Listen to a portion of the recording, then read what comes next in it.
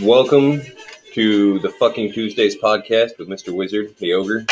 Maybe some new friends, depending on what the fuck we get into. We're going to talk about things and stuff, and maybe some other things. Bye.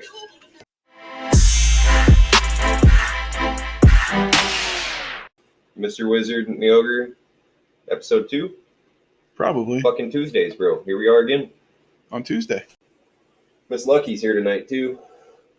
Daddy found her in the yard the first night she was here, so Daddy, can we keep her? Of course, a little gray fluffy butt. She's super cute, though. She looks something like one of those midgies, those little bitty kitties, that's like really stupid and got short legs, super fluffy butt. We named her Lucky because she didn't freeze to death. But anyway, so let's say you were to take one of those trees that's been growing on a cliffside in Japan for 1,200 years, and you were to take a branch off of that. Would it actually add any magic? I have no fucking clue. But compared to a piece of 7-month-old whitewood from Lowe's, that shit's going to be incredibly powerful. So I think most items, especially when you're talking raw, natural, organic shit like that, you're talking batteries, like capacity type rating. So that 1,200-year-old tree is going to be able to take a lot more fucking punishment than that shitty piece of whitewood, right? Mm-hmm. And that's, I know I'm talking about magic items, and this is physical, normal properties. But you play D&D, you know the masterwork thing? Yeah. Like, a masterwork sword is going to take much more of a beating than the $60 one I just ordered off whatever the fuck website that was. So investing, I think, is where you get most of the actual magic out of an item. Take something, a decent starting material, like Hollywood. Are you familiar with the term Hollywood? Yeah, like, that one? Yeah, that one. Yeah. You know where that name comes from? No. Look it up sometime. Literally from the wood of a holly tree. That makes sense. There's a whole lot of magic associated with that place. And when you think about it, look how much it's affected our society, the world. Mm-hmm. Hollywood has pretty much dictated where we currently live, this chaos. So anyway, say you take your Hollywood magic wand blank and you go and carve a bunch of magic symbols into it. You wrap it with your magic thread. Maybe you put some crystals in it. You do all of these things. Do they actually make the item any more magical? Not really. But does carrying around a really cool fucking magic wand while trying to do magic help focus your intent? A lot of forms of magic, they call it a focus. A holy item. Something to focus your intentions through. So the holy items are more, you're not using your own focus. You're using the focus of whatever your deity would be. So you're not relying on your own willpower. You're not relying on your own power of any sort. You're a channel for something greater. I like the magic wand so much because the something greater is just your connection to the magic. An external focus for internal power, I guess. So my apprentice and I, the reason this all came about is the apprentice wants a staff. Oh, have you ever heard of Moldavite? I don't think so. You're familiar with healing crystals and stuff, right? Yeah. Like you've got things like diamond, which they're supposedly intrinsically valuable. Mm-hmm. They're not. The De Beers Company. Put that on a whiteboard for some time. The De Beers Company story. Like you've heard of blood diamonds? Yeah. They're not red. They call them that because of all the blood spilt to acquire them. Yeah. Children's blood, by the way. 7-year-olds working fucking literally death camps to get those diamonds for you. But somebody in the 50s decided they were important, and now you believe that with your entire soul. Corporate greed bothers me. The De Beers Company, one of the oldest, largest monarchs in the world. Or monopolies, sorry. Fuck. Excuse the Freudian slip there. Yes, so Moldavite, though. Moldavite is basically a large asteroid that crash landed in the Czech Republic some millions of years ago. Mm-hmm. And it's literally made of a crystal. So anyway, back to the original circling. Mm-hmm. Creation of magical items started with the apprentice wanting a staff. So we literally went through and designed something that I truly think will channel his intentions for so many things. Be it like walking through a graveyard and seeing if he can sense a presence. I think it will actually amplify his ability to do that. Like with the amount of shit we're going to put in this thing, it might start glowing in the presence of a fucking spirit. I have no clue what's going to happen. but it's going to be amazing. More on that as we go. It's going to have a large chunk of moldavite, a large chunk of solanite, very, very charged solanite, a large chunk of obsidian. Oh, yeah. So are you familiar with the cosmic donut? I don't think so. So most people, when they think of infinity, they think of huge, large, too big to comprehend. Infinite does not mean big. It means never ending. A wedding ring is infinite. A self-devouring snake, or Oberus, it's a Norse term. I have no idea if I'm pronouncing that right. I've seen it in text a few times. I don't know anybody else that uses the word. Not a whole lot of Norse people in this part of our There's world. Really not. I mean, I've traveled quite a bit, but I've yet to run into some like Finn that just screams Oberus. So the self-devouring snake is a 2 or 3 dimensional representation of something infinite, if that makes any sense. So like the ring would be 2 dimensions. You don't need the depth of that to understand it. So the snake would be the 3rd dimension. All right, so imagine a self-devouring snake in the 5th dimension. Rather than being a circle, it looks something much more like a donut. Yes. So like it's infinite in a circular, like it's still a ring, but then it also has a depth and a time and a space. I think this is what the universe is, by the way. Rather than like, I don't know what shape most people would give the universe. I don't think your average person thinks about the shape of the universe. A sphere would be a common one. Like, I think that's actually the scientific view of it currently, is that it's all expanding out from a central point. Spherical universe is the modern conception of a flat Earth. They couldn't comprehend something so big that it would wrap back around on itself. So imagine you finally make it, 13, 15, 27 billion light years away, and you can do it. I don't even know how this would work, man. The concept of infinity is just staggering. Wouldn't it be cool if the universe was only like, I don't know, let's call it 1 billion light years across, and our telescopes got so advanced that we're actually seeing our own stars? Picture this. The universe was created. The holograph theory. So, like, the universe was created for a purpose, right? We're here to run a program. Hitchhiker's Guide to the Galaxy type shit. Mm-hmm. So, like, we're literally all just trying to find the question to the answer. 42. 42. The asterisk. Whatever the fuck you want it to be. California is so heavily legalized for weed. I love that everybody's talking about Indiana needs to legalize. No, Indiana needs to decriminalize. Legalizing means adding fucking laws to something. We don't need laws. It grows. You're gonna tell me how fucking big my tomatoes can be next? I get it that the hemp market would have crushed all of the fat cats, dude, because like it's good for everything. The stock market has, what is it, five major categories of things. You got like fuel, food, consumables like your clothes and shit. Or wait, is that textiles? Mm-hmm. Whatever. There's 5 of them, and hemp hits them all.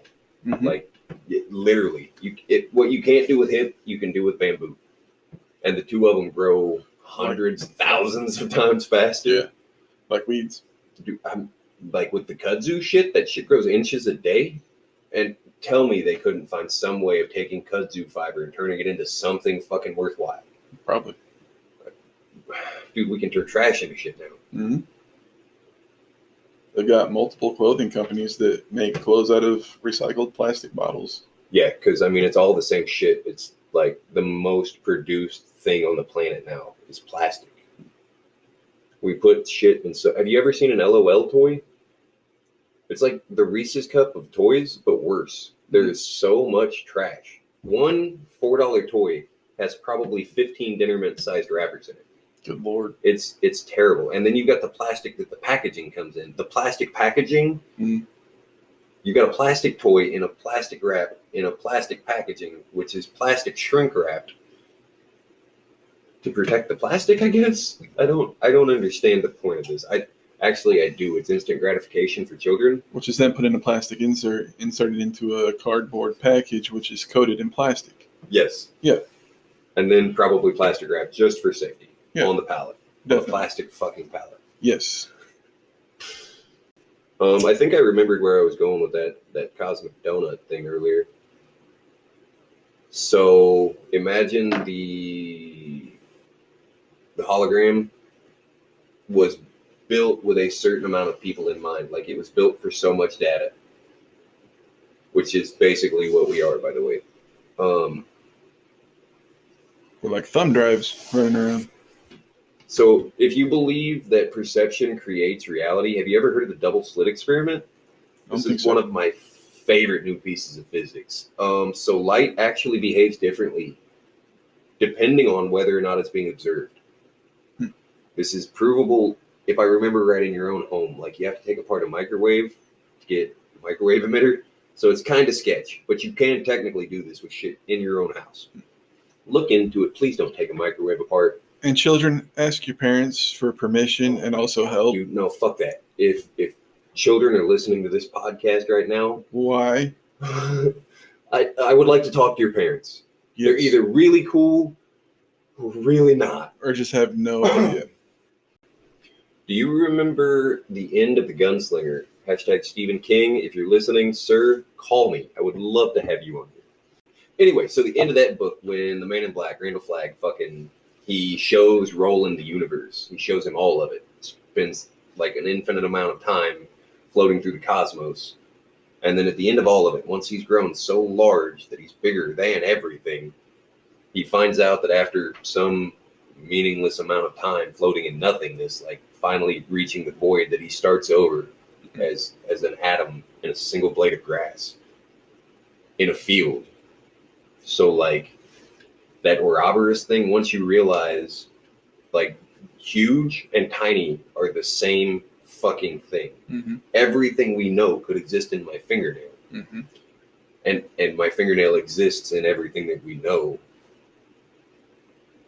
Ouroboros. It's a fun word. The cosmic donut. I don't know if that's actually a thing or not. Like, I don't know if anybody else calls it the cosmic donut, but I use that in a lot of things. Super stressful environment when you can do an active type meditation where you can just stop, breathe, and think like quietly. You like obviously if you're a public speaker and you start to have a panic attack on the podium, you shouldn't sit down, go into a lotus position, and start imagining a cosmic donut. Right. But say you're in class and having a panic attack, then you don't even have to go into a lotus. But so imagine. We'll go with the golden light technique, where the golden light leaves your crown chakra, circles your body in a cosmic donut type shape, and then re-enters your body through the root. So basically a rolling stone gathers no moss. Mm-hmm. With your energy constantly circulating, it'll repel like all of the excess outside forces. And then especially if you close your eyes and go into this meditation technique, even if there's no real magic aura circling you, you have now cut out the stressors and hopefully given your brain that few seconds it needs to say, okay, I'm not dying. Where do we go from here? Right. So yeah, cosmic donut meditation techniques. You can use golden light. You can use water, like different elements, things appeal to different people. I haven't had to use that one in a long time, but it used to help quite a bit, especially with the proper breathing technique. I tend to meditate a little bit when I'm taking my blood pressure in the morning. So do you do like 0-point meditation or guided? Just breathing. Okay, so you're talking more yoga then? Probably. So yoga, in my opinion, this is a heavily debated subject, and it's kind of like Taekwondo. These classes that are taught, that's the religion of yoga. That's the Christianity of yoga. You're going and having somebody else's opinion taught to you. Rather than learning, you're not taught how to learn. You're taught their style, and they're taught by their yogi, and they're taught by their yogi. And it runs back 19 generations. Dude, I bet 19 generations ago, the guy that designed it was fired. There's a lot more to yoga than just breathing and stretching, too. Yes and no. Yeah, well, it depends. Okay, so once again, my style of yoga, it's breathing and stretching is pretty much all you need to do, but it's becoming one with your body. Yeah. So, like, it's the active self-consciousness of literally, in my opinion, so your holistic health, you've got physical, emotional, mental, sexual, spiritual, like there's this whole big, yoga would be the physical meditation. And it's wild. I love yoga because it's one of the easiest forms of 0-point meditation there is. It's easy to keep your mind off of things when you're thinking about your physical body. Like So you don't have to worry about those intrusive thoughts. And when you do, generally, they're the meditation type thoughts. They're not like, oh fuck, I've got this thing to do tomorrow. It's never worries. It's always those things like you'll have that spark of fucking that genius moment. I get those regularly while practicing yoga, and it's always like I've got this pain in my back, and I'll hit it just the right fucking way, and oh shit, like that felt amazing, and then like damn, there it is, I got it. There's the thread I've been looking for. Yeah. The problem with that is once you find the thread, then it's really hard to go back to the yoga. Mm-hmm. So I find myself getting, believe it or not, ADHD and wandering off mid-session. So I'm always pretty proud of myself when I actually make it through 15 minutes of stretching. So I start at the top and work my way down, and it's literally as easy as that. I've been doing it since I was a kid. I used to use this to either fall asleep or to not move during nap times and things. Like when I would get yelled at for being awake, I would do this relaxation technique from the top of my head to the bottoms of my feet, and now I have almost perfect muscle control over almost every individual muscle in my body. Why else would you learn that other than some strange mental trauma? Mm-hmm. But I did. And here we are, however many years later. Too fucking many. Not enough. All of the above? Robbers. The Robbers fucking Tuesdays. I should really find a new word, because that one's getting old. Which one, the donut or the... The Robbers donut. Self-devouring donut, man. Oh, I fucking love delicious. That, dude. That's like, it's got a Simpsons thing. Matt fucking Groening, however you pronounce his name. Time traveler, alien. So my first time eating edibles, right? I hadn't really smoked that much weed at that point. So I was expecting, they told me to be a body buzz. I didn't even really know what a body buzz was at that point. Like, if you've ever done a pain pill, I shouldn't say done. Like, I've never illegally used a pain pill. I swear on my soul on that. Like, I've never illegally used a fucking barbiturate. I had a prescription for Xanax because they were easy to get. I'm fucking ex-military. Ask for it. I was in that car wreck a while ago, and I had some muscle relaxers. Muscle relaxers are cool. Pretty sweet. They really are. They just make me sleepy as fuck. The problem with them is relaxing. If you wake up and, like, forget you took one, because they fuck me up. You can take so many of those accidentally that your heart stops. Your heart's a muscle. Yeah. So, like, be very careful with them. I'm not saying you should abuse or, like, whatever, any drug. But, like, those are definitely one you don't want to fuck with. Yeah. They will hurt you. And they don't give you that high. Like, there's never a point where you're too high to No, it's just more. The most relaxed I've ever been in my entire life. It was nice. So, this is drugs done properly, by the way. Like, you have a real reason for taking one, and you enjoy the relief that it gives you. You're not going out seeking dopamine because you're not happy with yourself. Like, I fucking wrecked my car. I've got whiplash. My shit hurts. I take one muscle relaxer every 3 months. Fuck yourself. I'm not addicted. Mr. Wizard's Magic Brownies. I haven't even eaten it yet. They're incredibly strong, especially for a first-time user that hasn't ever been fucked up. Oh, I was trying to explain a body buzz. It's that, like, literally your arms feel heavy. You feel so goddamn relaxed you can't get off a couch. It's like that high you get after eating something super hot and your face just goes numb. If you're comparing spicy food to my brownies, sir, I'm not about to have your face entirely shoved up your ass.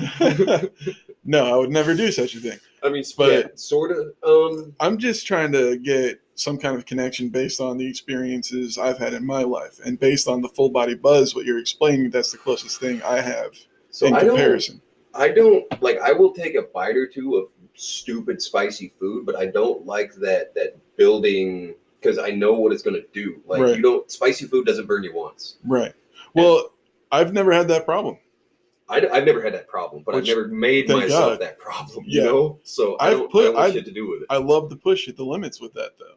Like, I have a hot sauce right now that's over 4 million Scoville. So, I mean, you need to talk to AIDS about some spicy food because it's cold. Mm-hmm. So the colder it gets outside, the hotter his food gets it. And he's one of those, Have you tried the Diablo ramen or whatever the fuck it is?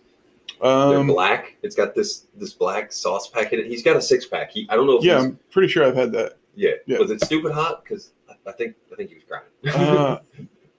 It's hard to tell because it depends on which. Like, is it the one you get at Walmart? I don't think so. I think he ordered a case of them online. He orders his shit online. Like, he gets. Yeah. I have had. they came out with another one that's hotter, but I've had the hottest ramen. He said it was multiple times hotter than the Pocky chip, but not quite as bad as Satan's toe. See, that's gross. Toes. And it's a sucker, so yeah, gross. And it's like pure capsaicin. Yeah. See, that I don't get into because that's just made to hurt you. It is. And that's, yeah. The stuff I'm into is like enjoyable. Okay, so you realize your enjoyable is painful to 97% of the world. Yeah. Like you're in the top 1%, so you're arguing minutia and semantics. It's only 3 million. Well, yeah. And it's a Thai chili, so it builds slow. Exactly. It depends on the pepper too. Yeah. Different peppers hit different ways. Yeah. And so I don't mind. I like Again, this is just my closest comparison. Okay, so my first edible trip, I was really surprised at how strong the body buzz was. Like literally, it does not feel like your body anymore. Have you ever worn the drunk goggles? Yeah. And like everything's just so fucked. It feels like you're in somebody else's body. Gravity goes sideways, and your arms feel like they're different lengths and different heaviness. And then, so like if you do it right, don't fight it. You just sit there and enjoy. Like, holy shit, my body doesn't hurt for once. It's really fun. And then I didn't like it. You do get a hell of a head, but it's going to be probably weird. You might. I've only hit that point once. You're going to chuckle probably a bunch. I hated it, honestly. And then I threw up in the McDonald's parking lot, and I felt great. So the first time I ever smoked weed, we had just decided we were getting divorced, right? The ogre knows this story pretty well. None of you do. Now, when he says we, he's not talking about me. Yeah, me and my ex-wife, obviously, a divorce, whatever. So my buddy at the gym, which I was really unhealthy back then. I was working out like 20, 30 hours a week. I was pretty though, really fucking pretty. Eye of the beholder. Yeah. Sort of. I mean, it's a confidence thing. If you feel pretty, you are pretty. Yeah. Fuck them. Definitely. Like, everybody's got haters. It's a mindset. So anyway, I'm at the gym, right? And I've got a couple of friends who are like, you need to smoke. Like, you've got the fucking PTSD and the anxiety. Like, if you can figure it out, it'll be really good for you. It can also be really bad, though. Dude, so me and dude, we left the gym, hopped in his car. He lit a fucking Jeter. He smoked the whole goddamn thing. I think I hit it twice. And we went for just a quick loop because he had to get back home to his kid. He dropped me back off at my truck. And about the time I got out of his car and was like halfway between his car and my truck, which were next to each other, by the way, 6 feet maybe, It hit. And I grabbed my handle and stood there for what felt like a solid 15 minutes in the middle of fucking Main Street, Mitchell. Just standing there at 8:30 at night. Paranoid as a son of a bitch, dude. It was the longest. I ended up calling the ogre's wife, funny enough, to come and save my life. She bought me food and took me home. And I want to say somebody came back and got me the next day to take me back to get my truck off 2 hits off a fucking joint. But I'd never done any kind of illegal drug at that point. Like, I underage drank, if that counts. But, I mean, it's Mitchell. Who the fuck didn't? Right. I mean, by the time a bunch of my friends were 14 and 15, they were already addicted to pain pills. So not starting drinking until you're 16, I was a very good kid for my high school. Anyway, so the magic brownies. I mean, they hit everybody different, but high-dose edible is going to make you feel funny. Ride it. If you start to freak out at any point, remember that you are on drugs. Advice, kids, if you're going to do drugs, while you're doing them, remember that you're doing drugs. You hear about Please people, be responsible. Take a trip sitter. And if you're gonna do drugs with other people, make sure they're other people you trust. Dude, there is so many good, like, there is real research on drugs, and if you watch it, Hamilton's Pharmacopoeia, you want to know about any psychedelic. Fuck, he did an episode on meth. So Hamilton is one of the greatest chemists of all time. Like, he is basically the Bill Nye of psychedelic drugs. And once again, he's doing it in a scientific manner. So he extracted salvia, I want to say, when he was 17. Look him up, Hamilton's Pharmacopoeia. It's on Hulu. It's fucking amazing. He's season 1, episode 1. He introduces himself. Anyway, he approaches psychedelics from the background of pure science and hit it. And you go on a 15 to 20 minute trip. So DMT is naturally created in the human brain, right? But very small amounts. It's still almost pseudoscience. People have been researching it, but it's never had a major grant. So, like, nobody's ever had the millions of dollars it takes to run hundreds of thousands of brain samples. Mushrooms will eat your face. Like, you can have a very hard trip on mushrooms. And if you eat enough of them, you can have a very hard trip for an entire 24 hours. But generally, they're not going to make you want to throw yourself off a roof. They might make you want to lay there and cry. So I do have a mushroom story. A buddy of mine in high school went to Thunder over Louisville, which is a huge fireworks show on a bridge between Kentucky and Indiana on the Ohio River, between New Albany and Louisville. Oh, Louisville. Okay. What did I say? Louisville. Louisville. Yeah. I was just curious where this was. Thunder over Louisville. Shut up. So yeah, he had Papa John's pizza, put shrooms on it, ate the whole thing by himself. And at one point during the fireworks show, he thought that the basically falling sparks from the fireworks were falling on him, and he was catching on fire, and was then trying to jump into the Ohio River, which is a really bad idea. I mean, it's not a safe river to jump into. Infection in your ear holes? Yeah, because you might get one. And I don't know if they got fleshy or get hit by a boat, because there's a lot of boat traffic during Thunder. Dude, I was thinking just right off the edge, like not actually going swimming out in the. Dude, he was trying to just full out dive out into the river and not be on fire the trip anymore. Sitter thing, right? Make sure you take one. Yeah, he got tackled, and there were a couple. No, I wasn't there. This is what I found out like a few days later back at school. But a couple of the people he was with ended up sitting on him so he wouldn't run into the river and drown. So I don't know if I would even do that. Eat a hero dose of mushrooms at a fireworks show in that large of a crowd, because mushrooms are not one of those. So when I say mushrooms won't hurt you, I mean if you're doing it right. Like, psychedelic drugs should never be taken. You shouldn't do that to your brain for fun. Like, I use mushrooms to treat PTSD. Heavy PTSD. And a bunch of addiction at this point. Like, and honestly, if you have addiction problems, find yourself a bag of mushrooms and eat a half a fucking gram of them every day until you run out. Try me. Mushrooms overpower every other addiction. That's why so many addicts hate mushrooms. Heroin addicts, fucking pill heads, alcoholics. Nobody wants to fuck with mushrooms while they're in addiction, because they know the mushrooms are going to kick their fucking ass. I've been thinking about dosing a couple of people with mushrooms or LSD just because they're being fucking twats. If I could find some way to get the DMT smoke into somebody's lungs without them like knowing about it, oh my God, dude, I would love to dose the entire world, everybody above the age of 13 at the same fucking time.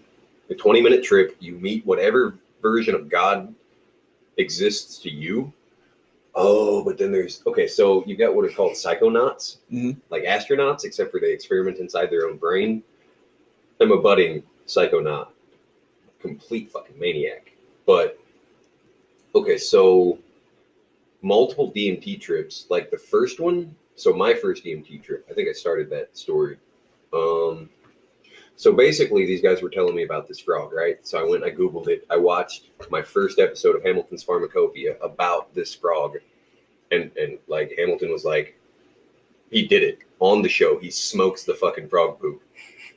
It's not poop, but oh my God, it tastes so fucking bad. Imagine smoking a deep fried fucking frog's ass.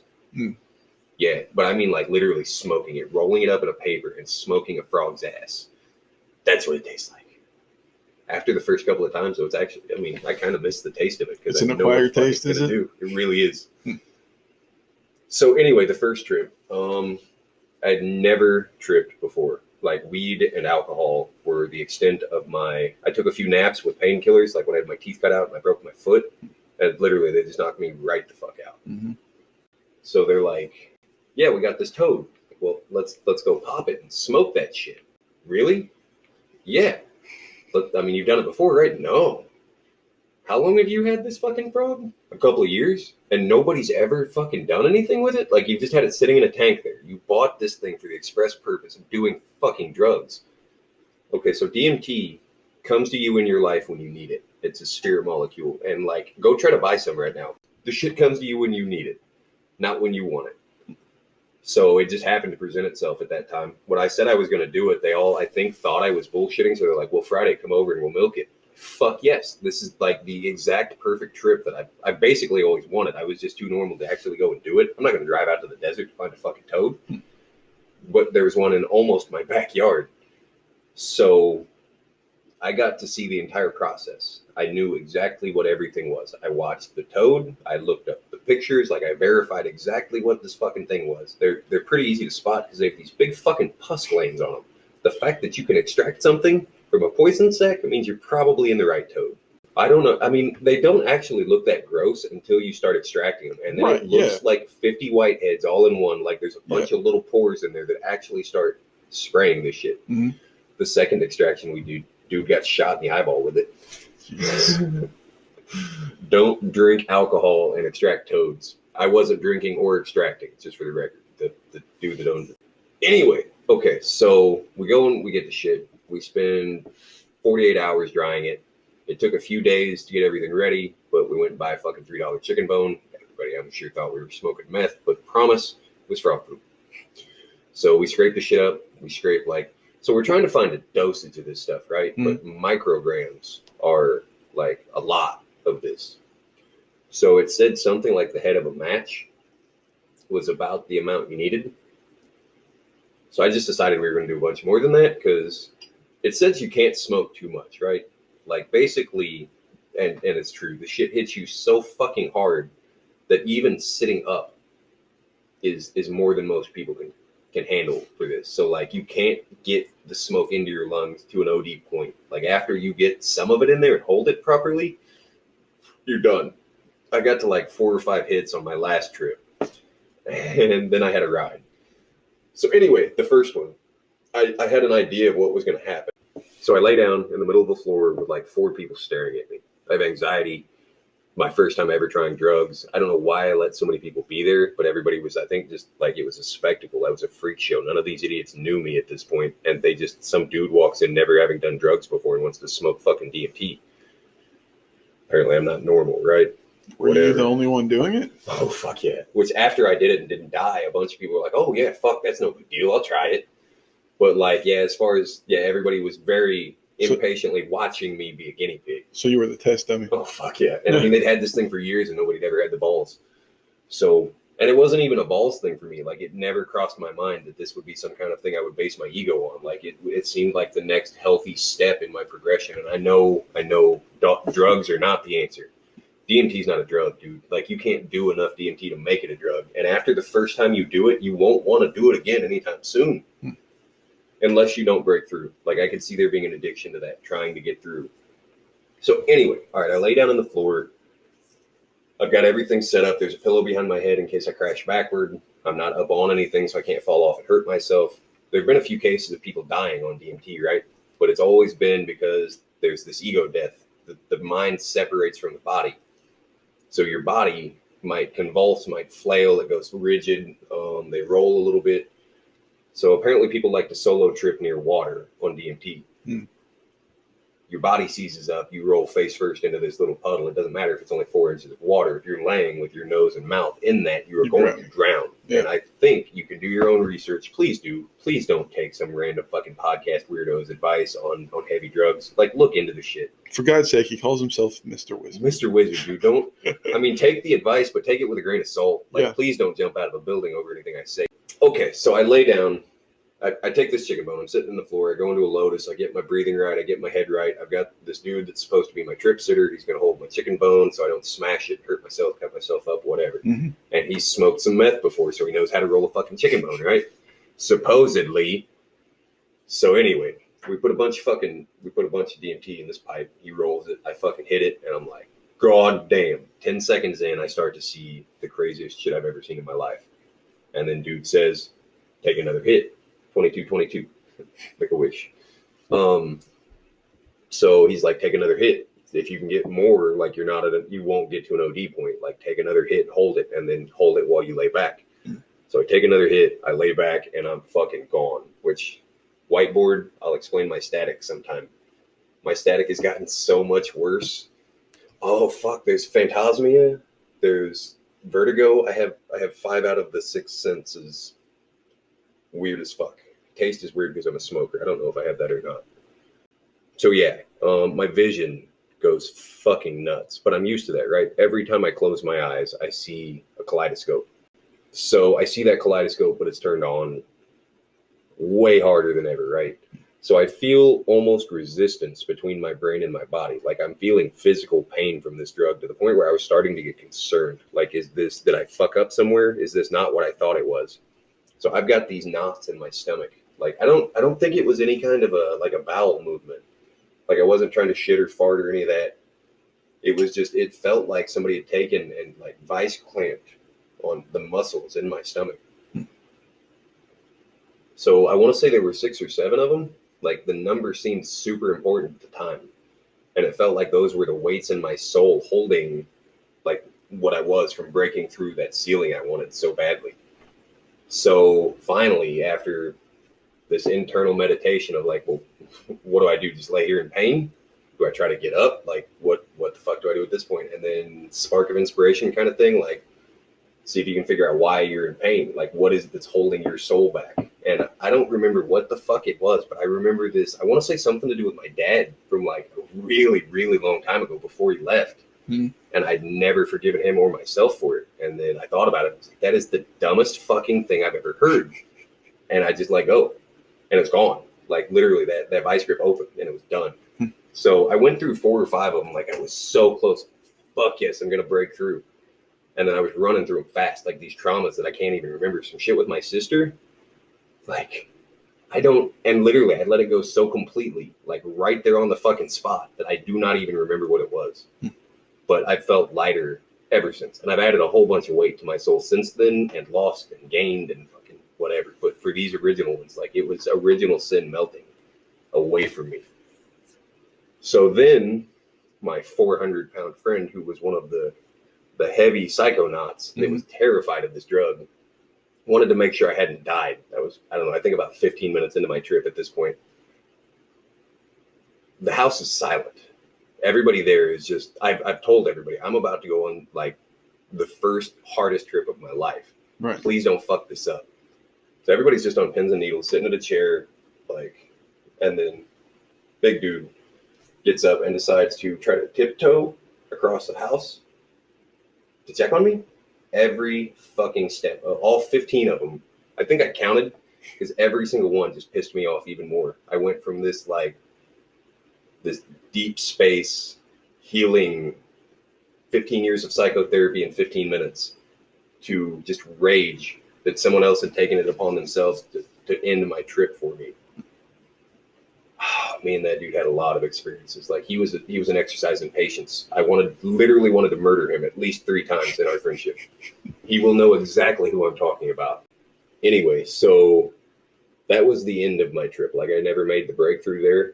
But at that point I started to realize like I had so much shadow work and shit to do that there was no point in trying to go meet God.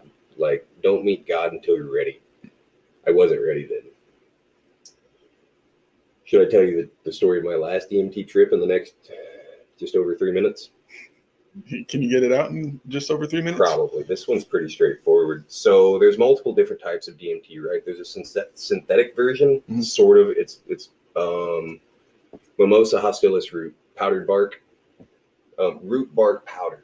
So it's a tree native to like Somalia or some shit that they scrape the root off, and it has a huge amount of DMT. So they use caustic soda and naphtha, which are 2 pretty nasty chemicals, to extract the DMT and melt the fibrous. So anyway, a friend of mine just happened to be like, hey dude, I'm coming down from Gary this weekend. Like, you want to hang out? Fuck yeah, dude. Like, well, I got my DMT vape. Should I bring it? Fucking right. Dude brings it down. I just go lay in a bed. Like, I'm not going to fucking hurt myself. I rip the shit out of that pen like 4 or 5 times. Big 10-second hits, hold it, fucking exhale, hit it again. I got 4 or 5 while I was sitting up, and then I was hitting it while I was laying down, just trying to fucking send it through, right? I laid there for about 30 seconds watching this. I can see it in my head, but I don't know how to explain it. Imagine an African witch doctor mask, but like in the brightest fucking colors you've ever seen. And I just watched it. It wasn't laughing. It wasn't looking. It was just like, that was what I could see in my vision. So I don't know. I just laid there it didn't feel like very long at all, which is weird because DMT, everything takes forever. A 15-minute trip feels like a year. This shit was fast. And then I realized that ceiling I had been chasing this whole fucking time, never existed in the first place. That God I was seeking is me. Like, and I think DMT was honestly pissed off at me for needing synthetic DMT to realize that, I mean, I know it sounds so cliche, but everything holding you back is you. Mm-hmm. And your excuses. And it took DMT to prove that to me. And now here I am sitting on my own fucking podcast in my own house. At this point, I think I was a transient hobo. I might have been living with my on again, off again fiance. So like, it was a bad point in my life, but I don't know that DMT saved it. It definitely changed it. Like, if I had not smoked DMT that day, would I have tried Oxy that night? I would like to think no. But, butterfly effect, man, the smallest little changes can just have the most profound shit. And there we go. From magic wands to my first and last trip. Sounds like a fucking Tuesday, Mr. Wizard and the Ogre.